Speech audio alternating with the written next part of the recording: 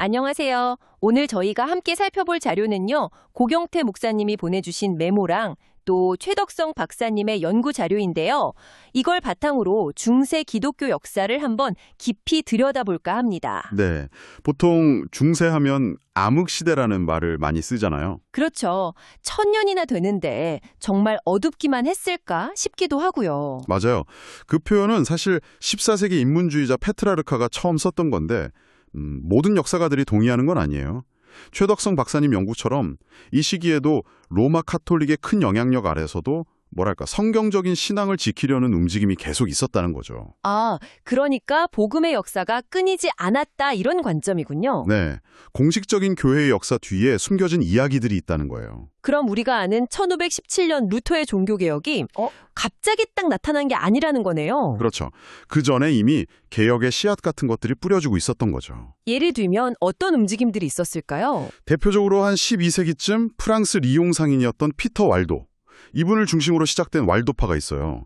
이 사람들은 당시 교회가 라틴어 미사만 고집했잖아요. 근데 그게 아니라 평신도들이 직접 성경을 읽고 이해하고 또 복음을 전해야 한다고 주장했어요. 직접 성경을 읽고 전파한다. 와, 당시로서는 정말 파격적인 생각이었겠는데요. 엄청났죠. 교회의 화려한 의식이나 교황 권위보다는 그냥 성경 중심의 단순한 삶, 이걸 추구한 거예요. 이란 흐름이 왈도파 말고 또 있었나요? 그럼요. 한 200년쯤 뒤에는 영국에서 존 위클리프의 영향을 받은 롤라드파가 있었고요. 또 15세기 최코에서는 얀 후스. 이분은 교회의 부패나 교황 권위에 맞서다가 결국 화형까지 당했죠. 순교한 거예요. 얀 후스, 콘스탄츠 공의회에서요. 네, 맞습니다. 후스는 특히 성경의 권위를 교황보다 더 위에 뒀고 평신도들도 성천 때 빵이랑 포도주를 다 받아야 한다고 주장했어요.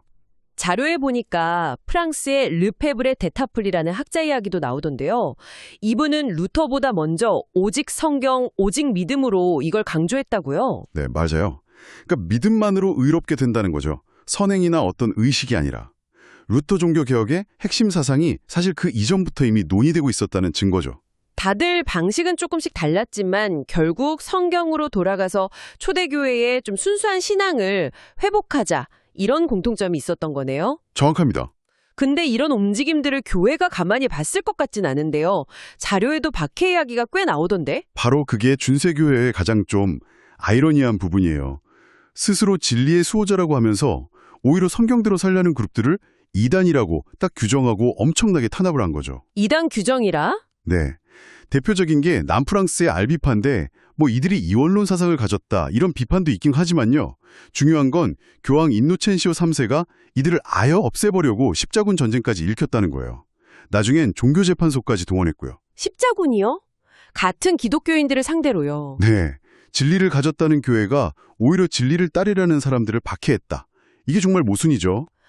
박해받았다고 해서 그들이 다 옳았다고 단정할 수는 없겠지만 어쨌든 교회가 보인 폭력성은 좀 충격적이네요. 그렇죠. 근데 여기서 또 하나 생각해 볼 점은 교회의 이단 규정이 항상 절대적인 건 아니었다는 거예요. 예를 들어서 토마스 아퀴나스 같은 위대한 신학자도 죽은 뒤에 한때 정죄를 받았었거든요. 그랬다가 나중에 성인으로 시성이 됐어요. 정말요. 그럼 교회의 입장도 바뀔 수 있다는 거네요. 네. 그러니까 결국 중요한 건 어떤 제도나 교권 그 자체가 아니라 시대를 넘어서 믿음의 사람들을 통해 계속 이어져온 그 역사적 신앙? 그게 아닐까 하는 거죠. 역사적 신앙? 그럼 그 신앙의 핵심은 복잡한 신학보다는 성경 자체에 대한 믿음? 이런 거였을까요? 맞아요. 물론 안살름이나 어거스틴 같은 분들은 이해하기 위해 믿는다. 믿으라. 그러면 이해할 것이다. 이렇게 신앙과 이성의 조화를 찾으려고 했지만요. 왈도파나 후스파 같은 흐름은 결국 인간의 어떤 지적인 탐구보다는 하나님의 계시, 즉 성경 66권에 담긴 진리에 대한 순수한 믿음, 이걸 더 강조했다고 볼 수 있죠. 그렇게 오랜 박해를 받다가 2015년에 프란치스코 교황이 왈도파에게 공식적으로 사과를 했잖아요. 이건 정말 큰 의미가 있겠네요. 네, 정말 역사적인 제스처였죠. 근데 동시에 로마 가톨릭 교회가 개신교를 정죄했던 그 트렌트 공의회의 결정들은 아직 공식적으로 철회하지 않았다는 점도 우리가 기억해야 해요. 그렇군요. 과거 잘못은 인정하지만 여전히 지키려는 선은 있다. 그렇죠. 이게 오늘날에도 진리를 어떻게 정의하고 또 지켜나가야 하는가에 대한 좀 복잡한 질문을 던져주는 거죠. 오늘 이야기를 쭉 들어보니까 중세가 그냥 단순히 암흑시대라고만 할 수는 없겠네요.